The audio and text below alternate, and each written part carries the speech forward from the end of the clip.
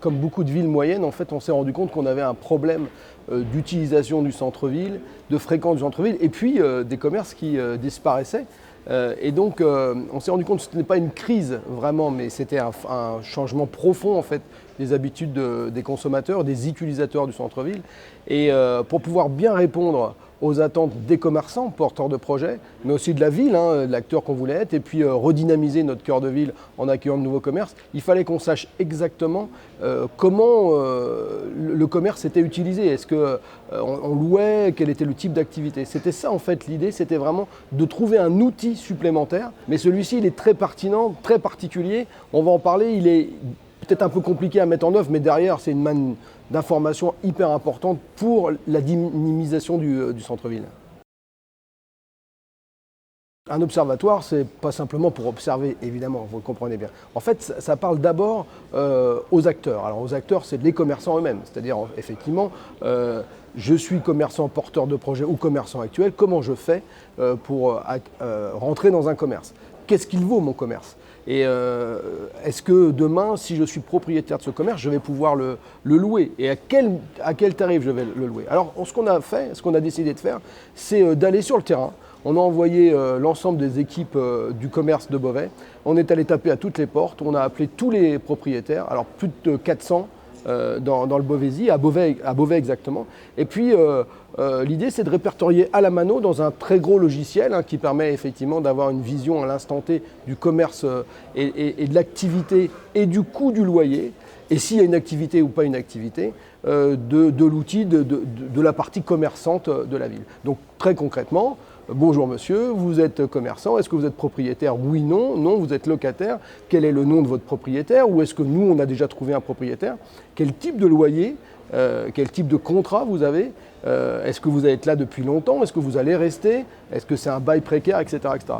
Beaucoup d'informations à récolter, à rentrer dans une très grosse base de données, de manière à ce qu'à l'instant T, je peux vous dire aujourd'hui que rue Gambetta ou place Jeanne Hachette, à tel endroit, le commerce est occupé par tel type de commerçant, quelle est son activité, quel loyer il paye, quel temps de loyer il a encore. Et ça permet effectivement de, si jamais je cherche un commerce, de vous dire, écoutez, allez vous installer à cet endroit et nous, on va s'occuper de vous. Et après, on l'accompagne évidemment pour s'installer. Et puis surtout, ça permet aussi de dire à la fois aux propriétaires de commerce, mais aussi aux agences qui gèrent les ventes ou les locations, là, vous êtes peut-être un peu cher. Ça a un peu changé. Dans cette rue-là, le loyer moyen, il est plutôt à tel montant. Donc peut-être faudrait faire un effort. On sait malheureusement aujourd'hui qu'on a des propriétaires, quand on arrive à les retrouver, et ce n'est pas toujours le cas, qui préfèrent laisser un commerce vide, peut-être pour faire quelques gains fiscaux, et on en a quelques-uns, il faut le reconnaître, des gens qu'on ne retrouve pas. Le plus dur, c'est de retrouver souvent le propriétaire. Et quand on a trouvé le propriétaire, de lui dire, écoutez, baissez de 200 ou 300 euros votre loyer, on a des porteurs de projets. Aujourd'hui, on a une vingtaine de porteurs de projets qui cherchent des commerces en centre-ville, et cet observatoire permet de dire aux gens, ben voilà, regardez, faites l'effort, on va vous accompagner, on va vous garantir des loyers, on va trouver des solutions avec vous, et on est capable d'installer des gens. C'est ça qui est important. C'est-à-dire qu'on a fait des assises du cœur de ville il y a un an à Beauvais, où il y avait beaucoup d'acteurs.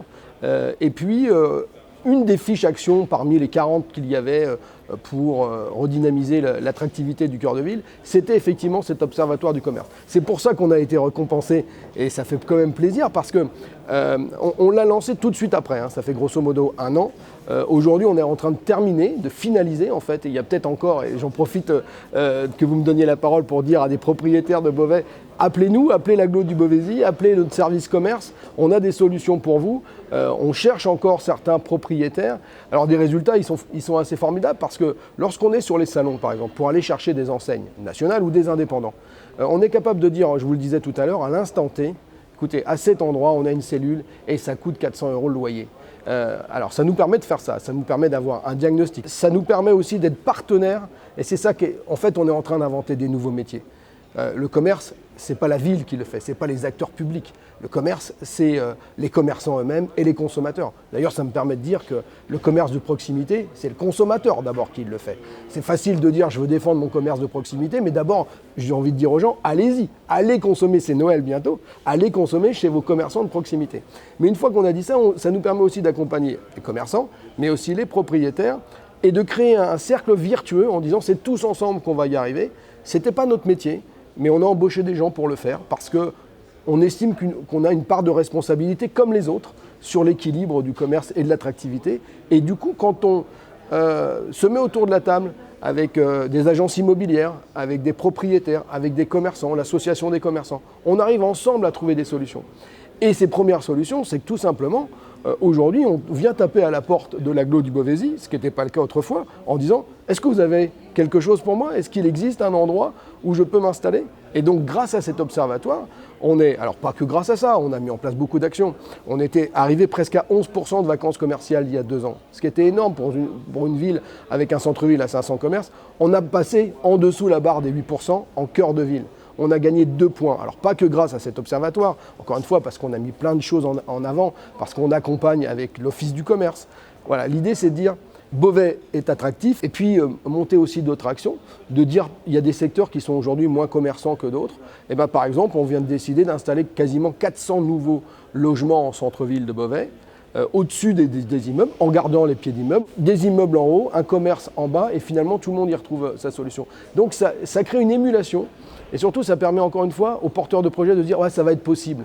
Et c'est ça, dès l'instant où on peut créer l'espoir, en fait. Mais pour nous, on a commencé à avoir des résultats, donc c'est plutôt positif.